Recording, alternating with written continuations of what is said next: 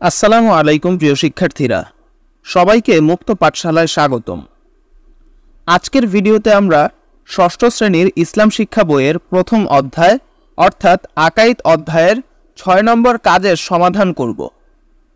চলুন তাহলে দেখে নেই ৬ নম্বরে কি কাজ দেওয়া আছে।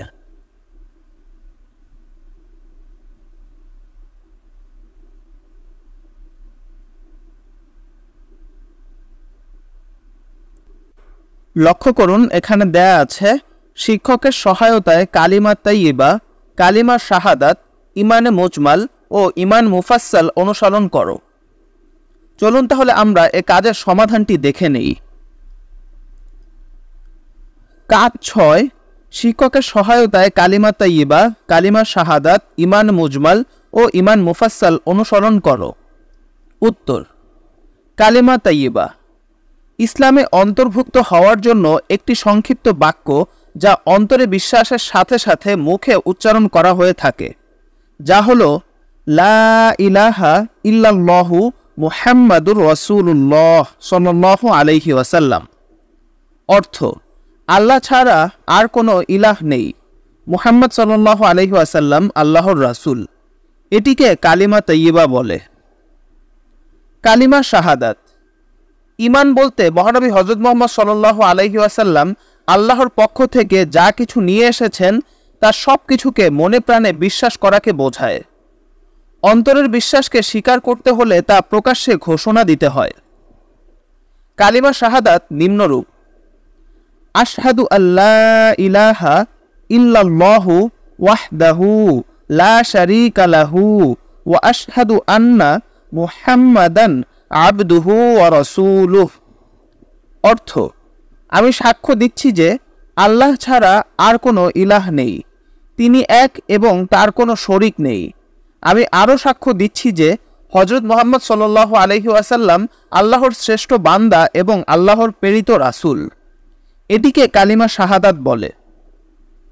ইমান মুজমাল ইসলামের সর্বপ্রথম বিষয়টি হলো আল্লাহ এবং হযরত মুহাম্মদ সাল্লাল্লাহু আলাইহি ওয়াসাল্লামের উপর ঈমান আনা বা বিশ্বাস স্থাপন করা।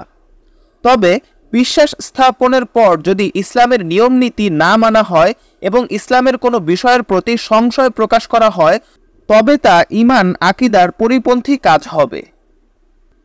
ঈমান সম্পর্কিত এসব বিষয় সবার জানা থাকে না, তাই সংক্ষিপ্তভাবে ঈমানের একটি অঙ্গীকার বাণী আছে, যাকে ইমানে মুজমাল বলা হয়, যা নিম্নরূপ: আমানতু বিল্লাহি কামা হুয়া বিআসমাইহি ওয়া সিফাতিহি ওয়া ক্বাবিলতু জামিআ আহকামিহি ওয়া আরকানিহি।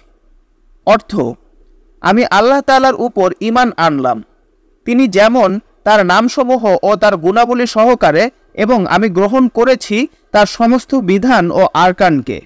একটু জেনে রাখুন, আরবিতে রুকন শব্দের বহুবচন আরকান। রুকন শব্দের অর্থ স্তম্ভ।